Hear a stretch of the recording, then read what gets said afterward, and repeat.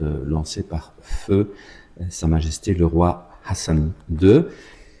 Une manifestation qui a eu lieu à Bruxelles la semaine dernière, un très beau film qui a un petit peu expliqué ce qu'était la Marche verte, mais pour nos auditeurs qui n'ont pas eu ce plaisir, la Marche verte de 1975, c'est quoi?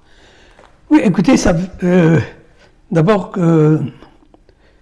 le Maroc, c'est un pays qui a été colonisé à la fois par l'Espagne et la France.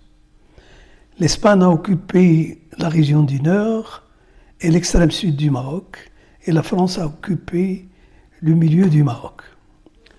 En 1956, l'Espagne a quitté, après la proclamation de l'indépendance du Maroc, l'Espagne a quitté la région du Nord, la France a quitté la région du Centre, et l'Espagne a jugé utile de rester au sud du Maroc.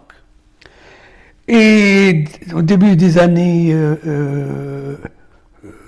70, le Maroc a décidé d'activer ses revendications pour la récupération de ces territoires.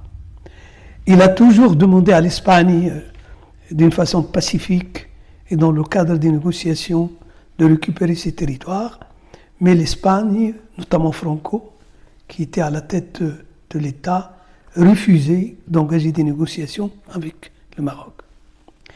Et en 1975, Hassan II avait appris qu'il existait des négociations secrètes entre le gouvernement espagnol, notamment l'aile franquiste, et certains partis, notamment notre voisinage algérien et libyen, et éventuellement d'autres partis.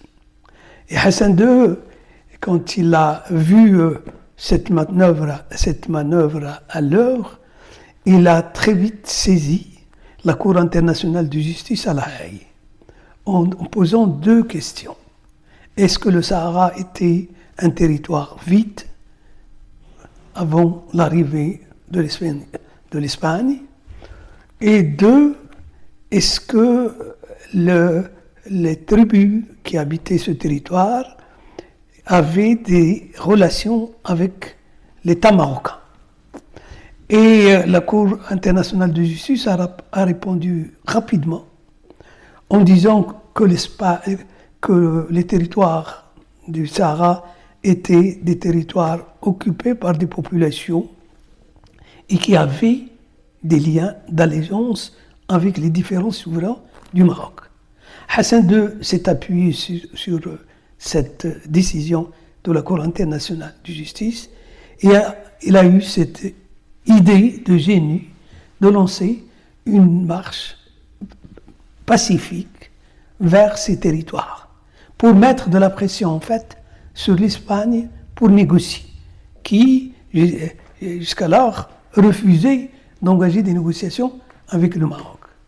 Et Hassan II a fixé donc le chiffre de 350 000 personnes, parce que le Maroc, de l'époque, connaissait les nouvelles naissances du Maroc, à l'époque, étaient 350 000. Donc il a préparé cette marche d'une façon très discrète, très confidentielle.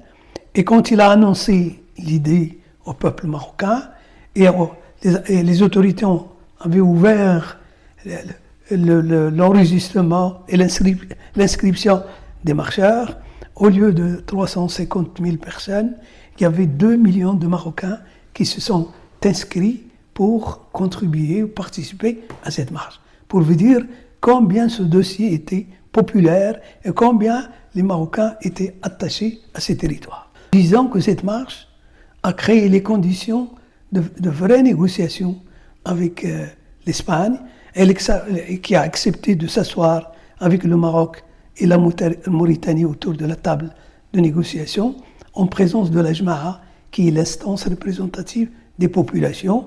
Et cette négociation a très vite abouti à l'accord de Madrid de novembre 1975, qui a permis au Maroc de récupérer pacifiquement ces territoires.